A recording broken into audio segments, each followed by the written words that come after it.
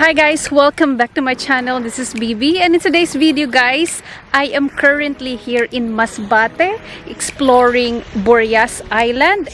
In my experience, I think the easiest route going to Burias Island of Masbate is to fly to Naga in Camarines Sur, because in Naga it's only 30 minutes travel time going to the town of Pasacao, and in Pasacao that's where the port, the ferry going to San Pascual, Burias Island, Masbate for only 3 hours.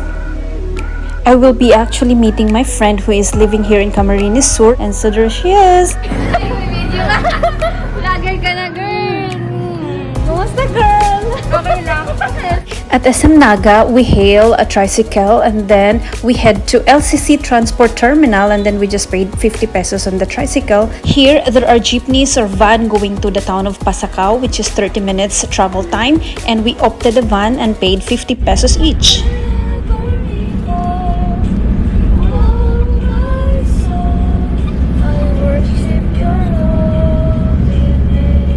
When we arrived in Pasacao Terminal, we took a tricycle going to the port, and we paid 50 pesos. We were so lucky because we were the last passengers to hop onto the ferry for the 10 a.m. Ferry ride going to San Pascual. And yeah, my friend is trying to sleep because she just finished her work at 5 before heading to this trip.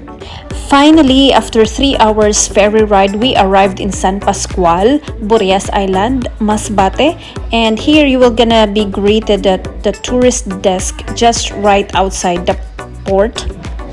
We arrived around 1:30 in the afternoon, and then we were so hungry, so we eat our lunch in this canteen, and we are both tired. It's really important to talk to someone in Burias Island before coming here to provide you the tour, because it's quite hard, because not often many tourists come here because the boat cost 8,000. So if you're just two, that's quite too expensive. Luckily, we found a couple that also came in Burias late, so we shared 4 of us for the 8,000 for the 3 islands.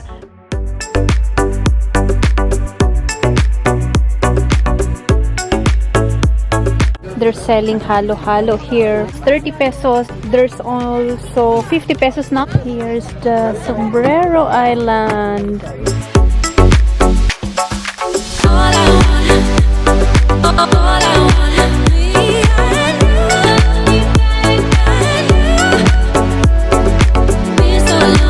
The water is so clear.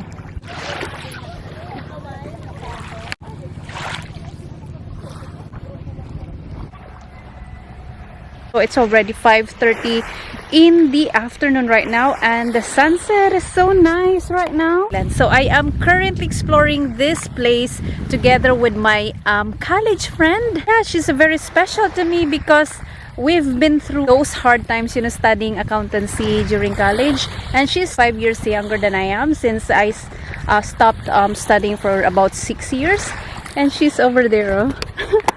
Look at her, she's busy taking pictures. The beach is kinda calm. It's not wavy, it's peaceful, so clean.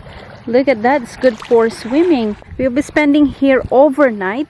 Tomorrow, we were gonna be exploring Animasola Island and Talisayan Island. Then after that, I was gonna head back to the port, to San Pascual Port, for the ferry ride going to Quezon Province and going back to Manila. So I will just be here for the weekend.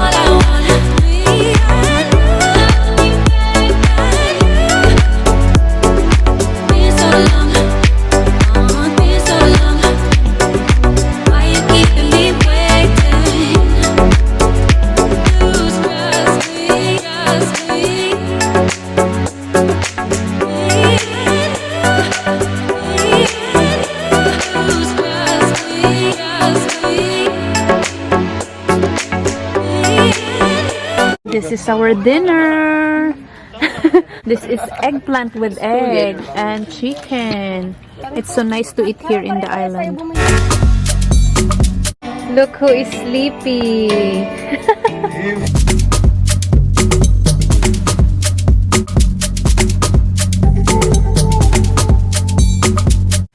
Good morning, my friend. Good morning.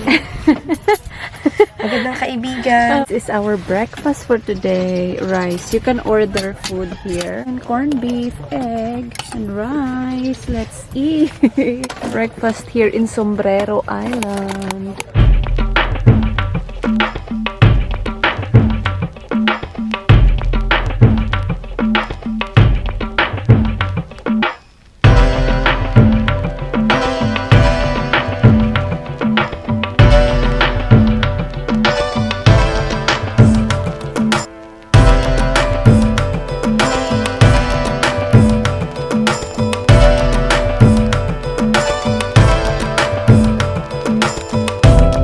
Our second day here in Burias Island, and today the island that we are visiting right now, or the second spot, is Talisayan Island. This is just a small island, a nice island too, but there's a lot of like crows in here, I guess, you know, this kind of black birds. They put some piled of rocks here, and here is my friend Mara. She's just retouching her sunblock. Very essential. Oh yes, don't forget to wear sunscreen. Girl, ba't ang daming crowd dito, no? Yeah.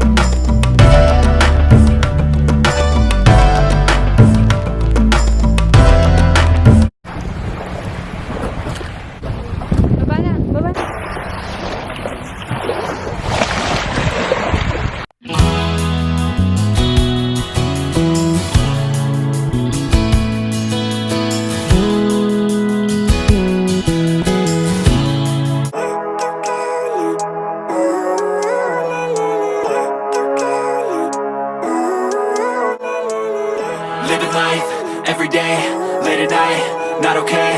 All I want, and I pray, all I need are some better days. Fuck me, I'm looking in the mirror, so foggy, but I've never seen clearer. I don't really think anyone can save me, and honestly I'm not really sure I want saving. I like to be my own worst enemy. There's no risk if you don't try at anything, so I'ma just keep buying everything. See you in the next life, have to be a better me. I don't think that my head's on straight.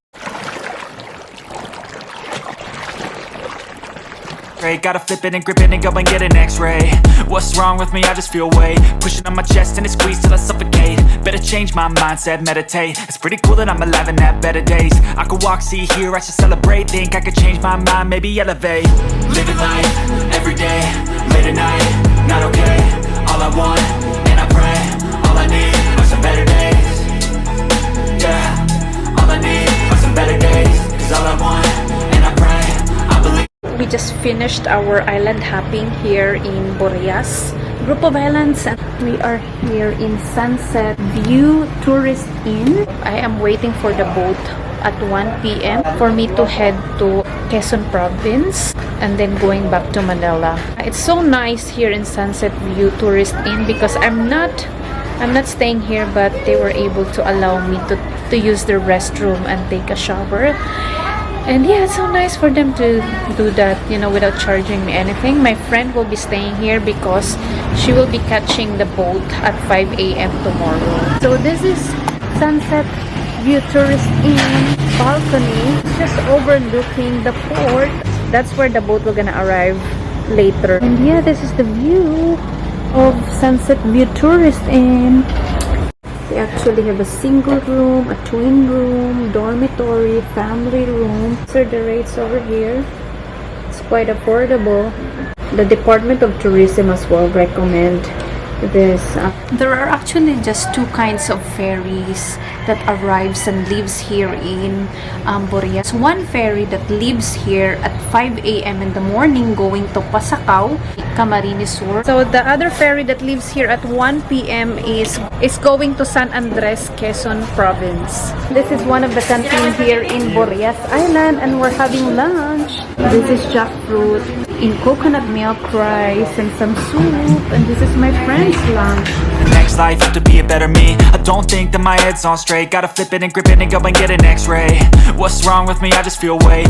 My friend Mara is withdrawing money. This is how they do it here. Hi po.